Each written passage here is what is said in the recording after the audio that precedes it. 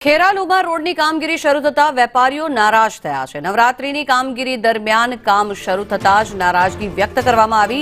ટાવરથી Urvish parlour સુધી રોડનું કામ શરૂ કરવામાં આવ્યું છે। રોડના કામથી રાહદારીઓ અને વાહન ચાલકો પણ પરેશાન થયા છે।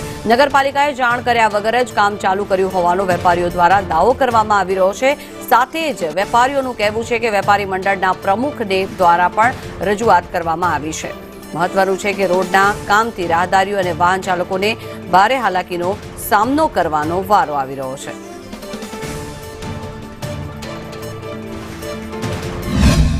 નગરપાલિકા દ્વારા જે તોડફોડ કરી અને રોડ બનાવવાનું કામ કર્યું છે, જે વેપારી મંડળના પ્રમુખને પૂછવામાં આવ્યું નથી, કોઈ વેપારીને પૂછવામાં આવ્યું નથી।